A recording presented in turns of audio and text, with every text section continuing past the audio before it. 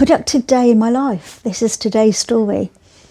This was the 21st of October. And it started, as most days do, with a cup of tea. Then, this happened. I'm waiting at home nervously to leave for the dentist. And eventually it was time to walk up there. And yeah, when I got there, this lovely dentist had to take a tooth out. She said it was going to be a difficult extraction, and it was. Hiya, quite an eventful day so far. 9:10, I had an appointment with the dentist. This is still I had a tooth out down here, and it had a cyst on the bottom of one of the roots. The dentist had to cut the tooth in half, take out 2 sections, and she managed to get the cyst out with it as well. And it had grown on the x-ray, so it had to come out. But yeah, not great. I think it's going to be quite painful when the anaesthetic wears off. I decided the best option would be to make some vegetable soup. And I have this Morphy Richards soup maker. It's absolutely incredible. I love it. I chucked in some veggies and made this really yummy soup. Done my soup, small spoon.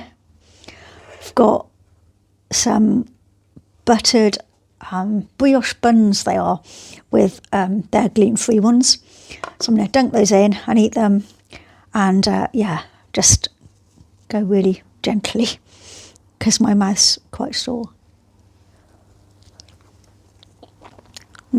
Nice though, really nice. And next stop was to go to the physiotherapist. Let me explain why. Back in July this year, I had a really rare spinal cord injury. I've called 111 and the doctor's phoned and they've sent an ambulance.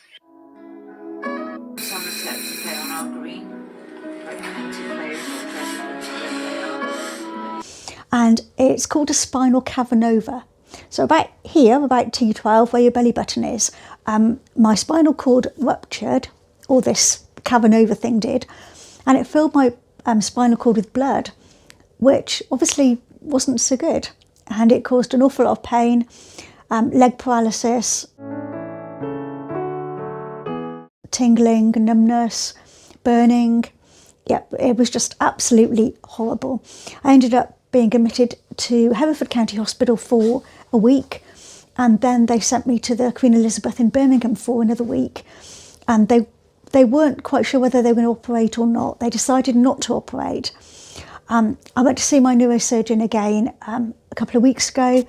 We travelled to the QE in Birmingham to go and see him. Such a huge place. He won't let me go back to work, and he won't let me drive yet, and so I have to have another MRI scan at the end of October and then see whether he's going to operate or not. So if you would like to follow my journey, which would be amazing if you would, then please pop down, subscribe, and that would be amazing to have you on board. I will also leave a link in the description to the video that explains all about it if you want to know in a bit more detail what happened.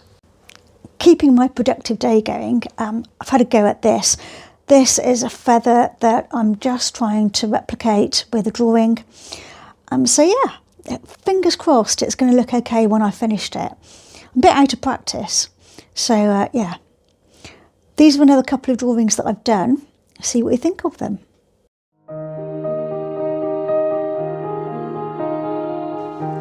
Now I used to do longboarding, but I can't do that anymore.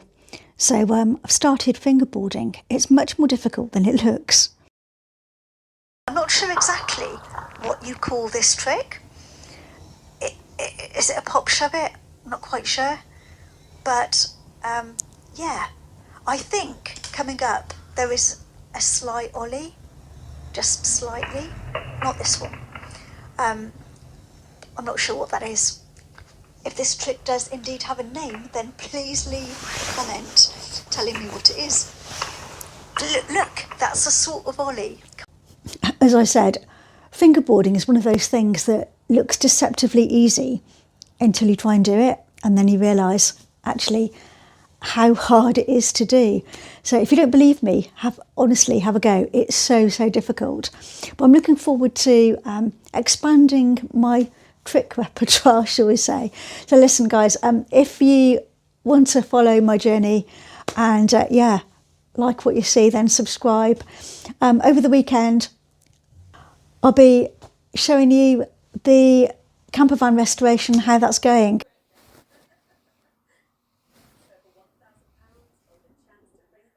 So yeah, that will be on Monday. Thanks guys.